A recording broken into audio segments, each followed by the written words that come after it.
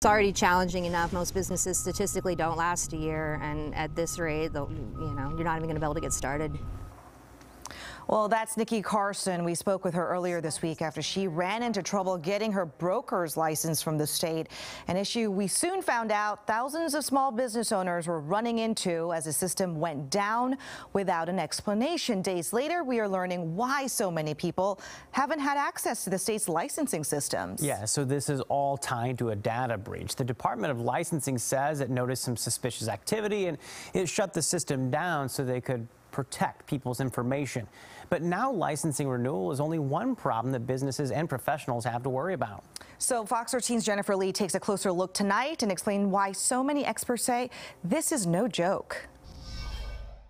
Anthony Marshall has been a real estate appraiser for 20 years and says he renews his license every 2 years. When you go to renew your license, the website shows an outage. The Department of Licensing shut down its professional licensing system, affecting over 20 businesses and professions. The latest information says more than 267,000 licensees are in this system. You know, no one's going to have me come to their home and inspect it if I'm not licensed. It's loss of income. It's like showing up to work and they say, hey, you can't work today. It turns out the week of January 24th, the state agency became aware of unauthorized activity involving data.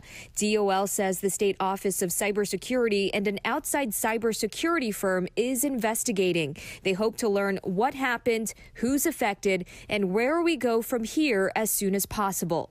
I mean, we know that there was some malicious activity. We just don't know the scope. We don't know how many people were affected, and we're hoping to make that determination quickly. The spokesperson says the system stores information about license holders and applicants and may include social security numbers, dates of birth, driver license numbers, and other personally identifying information. My thoughts are that this is bigger and there is much still to be unraveled. Michael Hamilton is the founder of Critical Insight, a cybersecurity company headquartered in Seattle. He says to make sure your financial accounts are bolted down, use multi-factor authentication, and set up your own online account with the IRS so no one else can.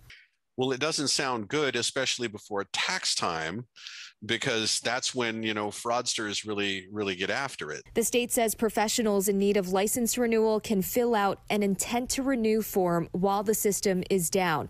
Marshall's done this, but he's not sure if lenders or appraisal management companies will accept the generic email response he got.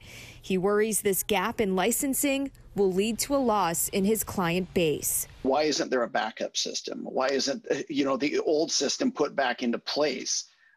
For the time being, because this is a new system. This was not up 2 years ago when I had to renew then.